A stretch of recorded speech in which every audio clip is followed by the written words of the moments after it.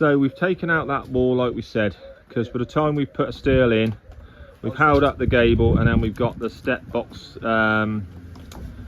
box flashing up there. It just really wouldn't have a great deal left, and it'll take you longer. So that's gone. Our next problem is that we've got a steel to go in here to take what this wall will be in its place again. But obviously they've got ceiling joists going that way for now. So we've got to where we can there at the moment, and we're going to just rest the steel in a little pocket over there, just so that when we come to it we can just push that in. And then we've got to get this bad boy, which is half, what Ollie's sat on is half a ton. Wow, 6 kilograms short, it's 494 I think. That goes on there, and then we've got a detail that comes around to here. And then when this junction comes on for this wall here, that'll be our height on this lower bit with a roof, 15-degree roof going up just underneath that window. And then we've got to start stripping that down and take the joist out, and then they're going to lose their kitchen unfortunately, but that's just the way the cookie crumbles. And then we can build that back in, get it up to a lift, and then obviously then we've got to start thinking about the roof. And where that chimney is, that's going to be completely stripped, and then we're going to have the valley trays into there up to that ridge and down, and then the gable comes out here. I hope the HSE ain't watching, but you've got to do what you got to do sometimes. So we're all ready to lift this in now. We've got to shunt over a little bit, but it's all ready to pretty much go now. You check the size, fits like a glove. It's just got to be lifted up and pushed over now. So wish us good luck. So the bad boy's on there. Look how thick that bugger is. Half a ton. Ha! Laugh in the face of half a ton, motherfucker. As you can see where that is, obviously I've got to cut a notch over. Now, where we've got gussets down this steel, you can't put a tray flat there. Obviously you can't get it. You'd have one tray one side and one tray the other. It just wouldn't work. So what we're going to do is we're going to put it on the feature. So we're going to put it 2 courses up, and then we should have enough of a tray then by the time we cut round to make it work.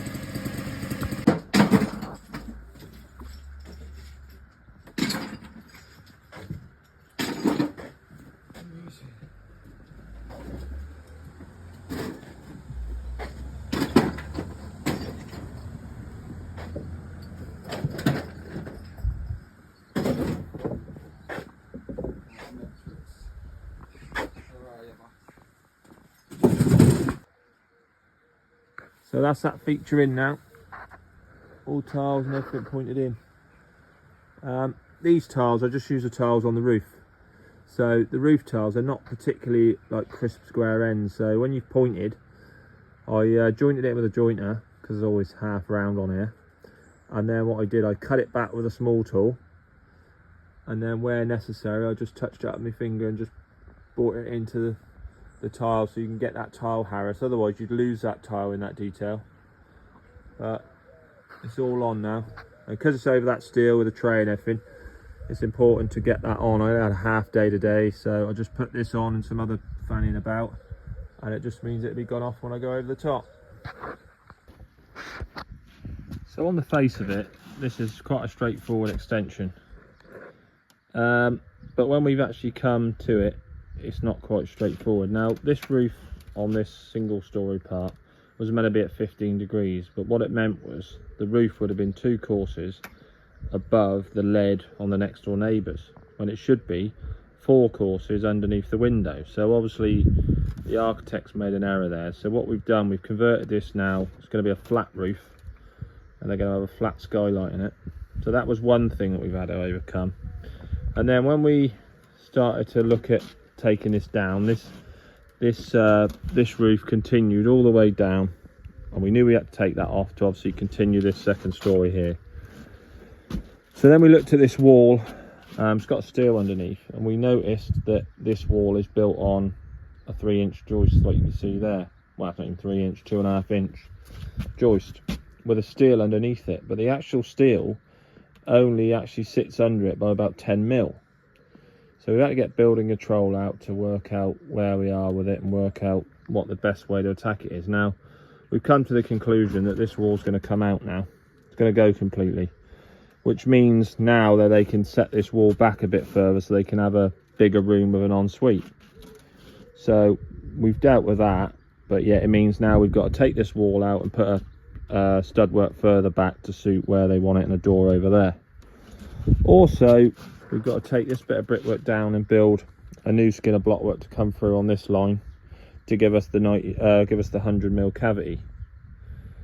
Not, you know, it's epoxy little bit of brickwork there, so we just got to oversail it by 25mm on the joist level. These joists are going to be going, and we're going to have new ones from front to back into the steel, which we've got now move up so that they haven't got a bulkhead downstairs. So when you take everything into account, it's straightforward, 2 weeks and the roof will be on. It ain't quite panned out that way, and you get jobs like that. That is reality, and sometimes things change accordingly to what you find. This house was built in 1930 something, so you can see that, you know, these things that you find in them times were standard. I mean, I've found lots of walls built on plates and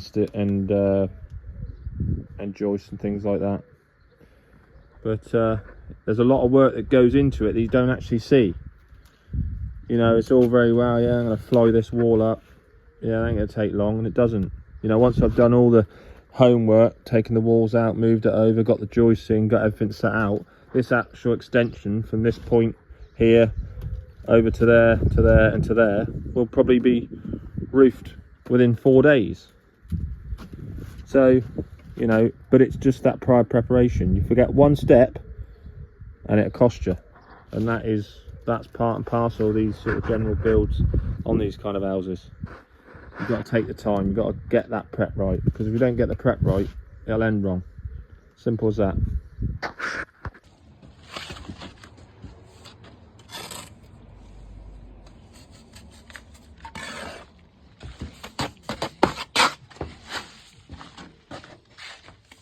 Behind me.